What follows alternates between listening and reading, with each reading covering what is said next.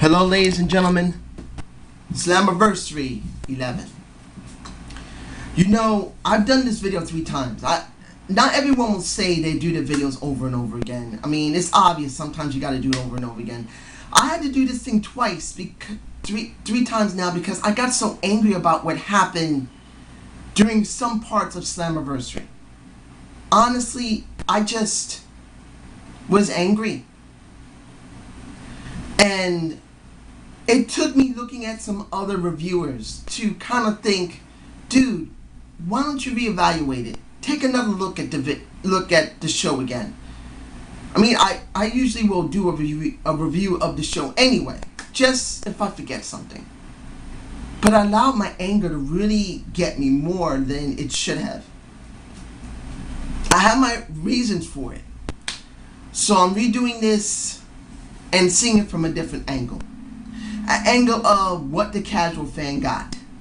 More than what someone who might think more than just a regular casual fan. The thing that got me the maddest was it wasn't just the announcement of who gets the next Hall of Fame position. It was the match following it. Now, Kurt Angle. This is the reason why I went on a rant in both my videos that lasted more than 20 minutes. Everyone knows about what happened with Off the Rope Show. They said what they said.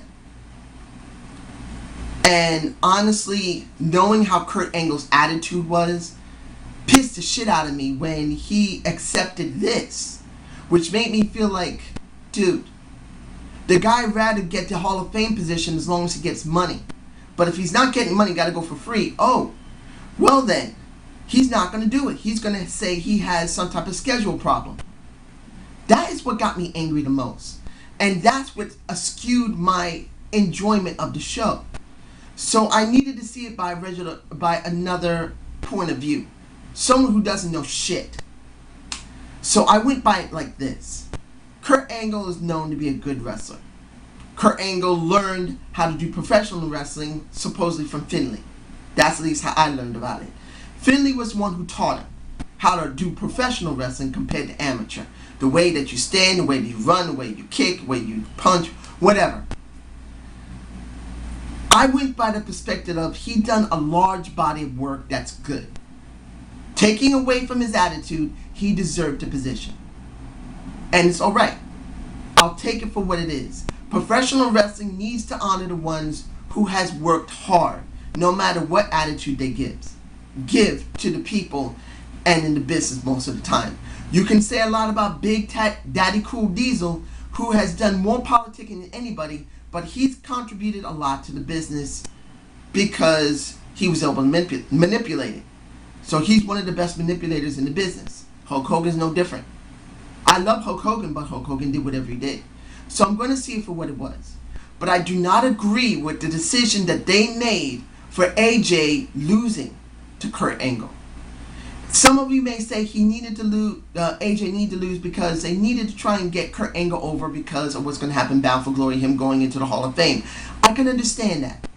But if you're pushing the lone wolf angle with someone who's been buried and then rebuilt to be a lone wolf that could have gone after the title or at least done something more, he really needed a win here at this pay-per-view. He doesn't need a win on the television show, which I think they're going to make more stronger now after this loss to Kurt Angle. My guess is they're going to make him really more presentable during the show. They think that the pay-per-view wasn't very important, so let Angle have the win and then really push him harder, AJ, and let him have wins on television against Angle to try and compensate for that. That would make the most sense if it's only television driven, which it is. But I think it wasn't the wisest thing to do. The match was good. The crowd throughout the night was epic. They were into these matches. But personally for me, I think it was the wrong thing to do to let AJ job here. They gave him new music. They gave him new clothes. AJ just has a more griddle and gritty attitude. And he deserved that win, and he didn't get it. That upset me. Now, the Joseph Park and Devon match, which The only problem I had with it, and it's not that Abyss won. I've said this before. Having Abyss come back was a question mark if they were going to bury the Joseph Park character. Now the problem was this. Like I said before, when someone's getting over and they switch it out automatically because they think they can get a big pop short term, was that the wisest thing to do? In some cases it can be, in other cases it can't. Seeing Abyss win the title is not a bad thing. I don't mind it. But the way they structured it, seeing Joseph Park get laid out in the back, I believe they should have let Hulk Hogan come out and announce that Abyss is going to take his place. Instead of letting Devon make the decision, they should have let Hogan do it, because that's what happened in the beginning of the show. When he went in front of, and I saw the Sleg Daddy's review, and this is what helped me to kind of reevaluate, because I was too angry about what happened with Kurt Angle. It was pleasantly surprising to see Hulk Hogan off the cuff, and I said that in my previous video that I deleted. It was too much. I was ranting, man. Seeing that made me think, this is like Hulk Hogan drunk. Hulk Hogan unplugged. It was a great promo segment. But why couldn't he done that for Devon? Why couldn't he done that for the Abyss character? Come out and say, shut the fuck up. This man is getting his shot. You just took out Joseph Park, my pet project. I'm gonna fuck you over. Come and get him. And then Abyss comes out. I would have thought that would have been better. The match was a bit long. But it's not the point about the match. Abyss wins. Now the question, are they going to still keep Joseph Park off TV now and now push Abyss? I really wanted to see the angle of the split personality. If they're not doing that, that's kind of disappointing to me. Because it looks like they're trying to promote a split personality of Abyss. My guess is they're not going to do that. They're going to bring back Joseph Park, and periodically they're going to show Abyss. I know many people are going to say, I don't want to see Joseph Park anymore. I understand that. But Joseph Park was still over. And I do not believe they're going to get rid of him yet. I really believe they're going to keep Joseph Park until they really do the Abyss and Joseph Park Jekyll and Hyde part, where you see Joseph Park finally transform into Abyss. That's what I think. Now, the last Knockout Standings match. Good match. I think it was a little sloppy at certain points. Yes. But I've never seen a Last Woman Standings match. And someone in the comments for the Off the Rope Show Central said it was better than Ryback and Cena. They were right. I don't know who that YouTube subscriber, not my subscriber, but the Sleg Daddy's probably his subscriber. I didn't disagree with him. It was sloppy a little bit, because I think the question mark was about Terrence Terrell. Was she good enough to do this type of match? She wasn't that great at it, but it was still a good-ass match. It wasn't telling a great story of a storyline. It was just telling a decent last man standing match story in a woman's point of view. And it was good. It was a good match.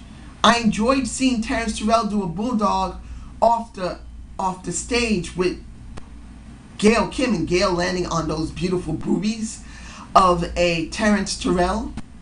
Who wouldn't want to be near her boobies? And she wins. I wasn't complaining about it. It was pretty good. Now, a little bit of a question mark when it came to the six-man tag of the heel twins and Anderson. I don't know what happened with Doc. Maybe they changed their mind about him. Maybe he fucked up and pissed someone off.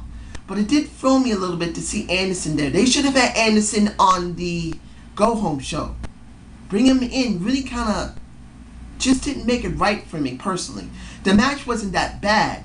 And you could still see when it comes to Garrett Bischoff facing anybody on the Good Guys, the good face team of Hardy, Joe, and Magnus, you can see a pure undercarder compared to uppercarders and main eventers. Right now, Magnus is an uppercarder. You can see when he wrestles, he can easily be a main eventer guy. Joe, the same thing, Obviously Hardy, especially with that big beard. Damn, the guy grew in a beard. He was the one that got the win, as I predicted, and there's nothing wrong with that. I just thought they should have had Anderson on the Go Home show. But it was nice seeing Hogan basically bitch slap both Anderson and Garrett Bischoff. Now, I already spoke, the Anderson, I already spoke about that. The Hall of Fame I spoke about. The Kurt Angle and AJ. The only thing else I want to say about that, it was a damn good match. There is no way to deny that the crowd loved it. I enjoyed the match. I really did. And it really made it very interesting to see how well they did. But I still do not agree that AJ had the job here. I really don't. Now, the interviews throughout the night were good. Particularly when it came to heel twins. No, the Dirty Heels. I'm sorry to say heel twins. Dirty Heels and Bad Influence did great promos. I liked it. And the 4-way elimination tournament was really good. I was surprised to see, well, it wasn't great, but it was good. There were some points that seemed a little too chaotic. But it was still a good match. Seeing Bad Influence lose first was a little bit surprising. I really thought the stereotypicals were going to lose first. But seeing Gunner get Austin Aries, I believe the torture rack, I can't remember exactly. Like I said, I got very angry about what happened with Kurt Angle. So I can't remember clearly. You can tell me below. I think it was Austin Aries again who jobbed.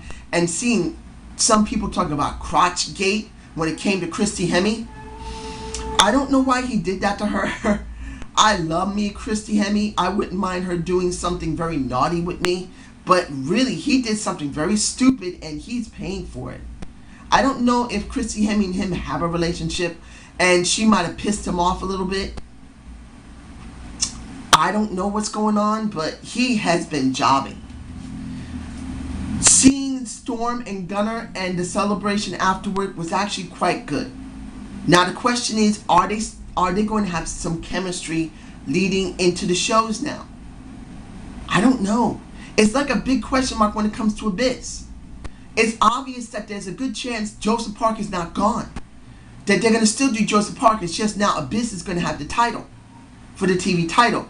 But now the question is, can Storm and Gunner do more than just wrestle? Can they do good promo segments? Will they show them on television?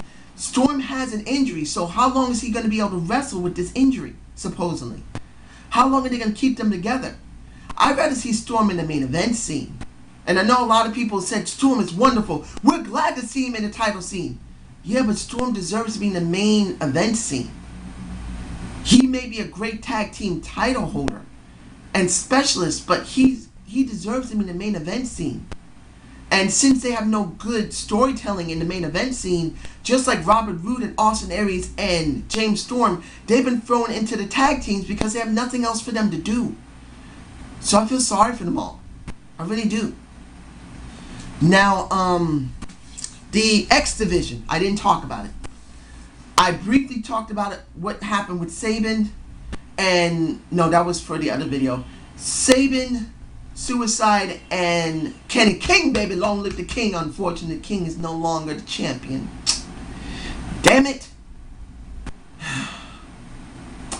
This felt like a triple threat. I said this in my pay-per-view, my prediction of Slammiversary and the Impact. It just would feel like a triple threat with the Ultimate X. And that's what it felt like. The Ultimate X scaffolding felt too low. You tell me below if they had the scaffold too low. Because that's how it felt. It felt like they left it just high enough that Sabin could fall, but not tear his ACLs. It just didn't feel very well. It felt like a triple threat with this little bit thrown in, and they didn't utilize it very much. And then seeing at the end Sabin getting his legs locked up behind him and he has to struggle to get the title from his butt really made me feel like they could have just done this as a triple threat. Honestly. The scaffold was too low. They didn't utilize it that much. And it just felt like a regular triple threat. And as much as people say these triple threats are good, I'm bored with it now. That's what that felt like, a triple threat, and I'm bored with it. I'm hoping they'll go back to a two-man format, but I don't think they're going to do it immediately. I still think they're going to keep doing this for a little while longer, and they're going to see people really get bored with this.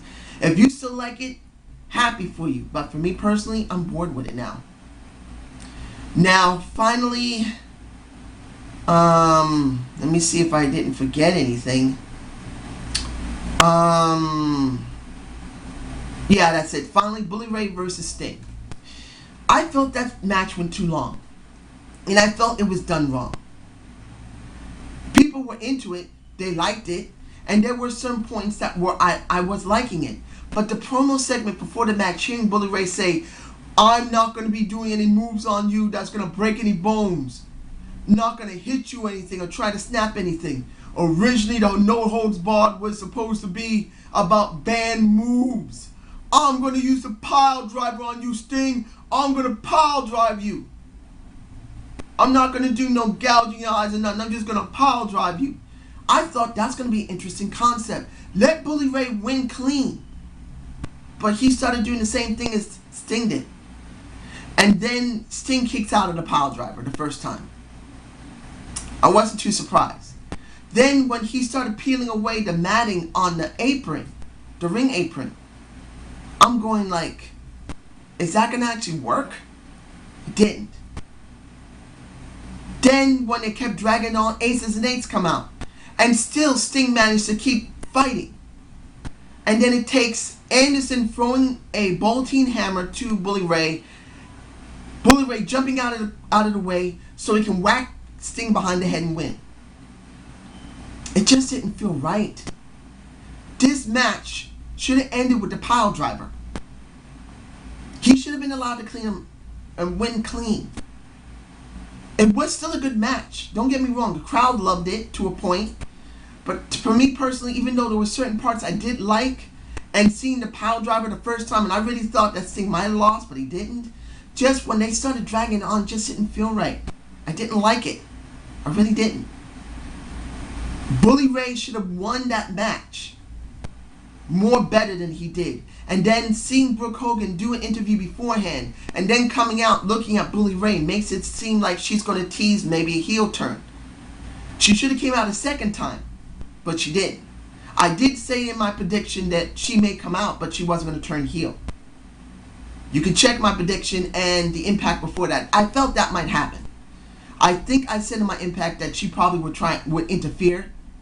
In this case, I was wrong, which I'm fine with. In the predictions, I said she would show, but she wouldn't become heel, which I was right about. So how would I rate this show? B-. It wasn't a great show. I was not 100% fond of everything that went on. I don't understand why they switched Doc for Anderson and why didn't they use Anderson beforehand. AJ should have won that match between him and Angle. Really. It shouldn't matter that he's going into Hall of Fame. Oh, I forgot about Gut Check. I'm sorry. Gut Check, Jay Bradley and Sam Shaw. Wasn't a great match, but I did believe Jay Bradley won and it was the right thing to do. But going with that, the match wasn't that great either. Jay Bradley and Sam Shaw seem a little slow and sluggish. I enjoyed the interviews with Bad Influence and Dirty Heels. What Hulk Hogan did in the beginning of the show was good for Chris Sabin and was great when it came to the heel twins and when it came to Anderson. He told their asses off and bitch slapped the shit out of them. But it couldn't give me an A show. This was like a B- show, almost bordering on C. It was still solid in many places, but it just was not right. I didn't like it. Certain things just wasn't done well. So I hope you enjoyed the Zane View. Subscribe and comment to my channel. And if I seem to rant a bit, I'm sorry, but I gotta be honest for what I see. There were certain things that just weren't done right in this show. But I can't take away that TNA gave me a solidly decent show. And I don't know what they're going to do about the show on, pay-per-view. I don't know what they're going to do about the show this Thursday. They probably will give us something better than the pay-per-view. You never know. So have a good day and have a good night.